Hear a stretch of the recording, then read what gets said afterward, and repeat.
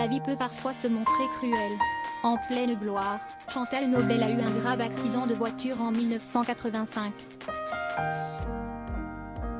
Après plus d'un mois de coma, l'actrice restera handicapée après le drame. Alors qu'elle est aujourd'hui âgée de 71 ans, elle s'est retirée de la vie publique.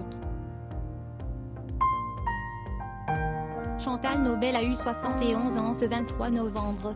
L'actrice est principalement connue pour avoir joué dans Château Vallon, une série qui a rencontré un franc succès dans les années 80. Cette version de Dallas à la française a conquis de nombreux téléspectateurs, qui ont suivi assidûment les épisodes de la série diffusée sur Antenne 2, l'ancêtre de France 2.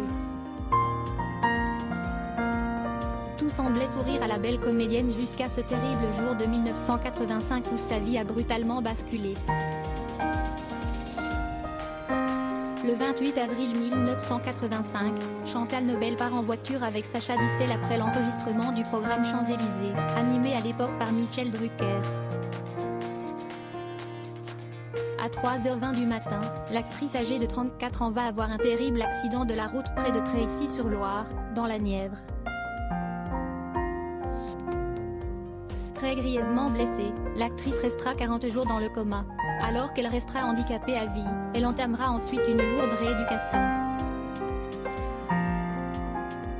Pendant longtemps, j'étais en colère. Tandis qu'il était au volant de la Porsche, Sacha Distel ne sera que légèrement blessé.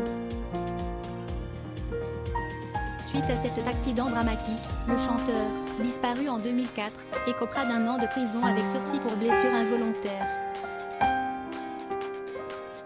Profondément meurtrie, Chantal Nobel a choisi de s'éloigner des plateaux de séries télévisées. La fiction Château Vallon n'aura pas de suite. Une consternation pour Jean-Claude Héberlé, qui était patron de la chaîne à l'époque. La mort dans l'âme, nous avons décidé de ne pas tourner de deuxième saison. Point après ce drame, qui a changé sa vie à tout jamais, l'actrice a tenté de se reconstruire loin de la capitale, dans le Var. En 2009, elle évoquait dans Téléstar sa joie d'avoir retrouvé une certaine sérénité auprès de ses proches. Je suis rayonnante, ici à Ramatuelle, mon existence est paisible et heureuse. Je reste handicapée à 80%. Forcément, ma vie a complètement changé. De ces 25 ans, je retiens ma résurrection et l'amour qui me lie à mon mari. Depuis plus de 30 ans, elle vit avec un joaillier tropézien nommé Jean-Louis Julien. En ce qui concerne l'accident, elle préfère aujourd'hui ne plus y penser. Pendant longtemps, j'ai été en colère, mais c'est fini.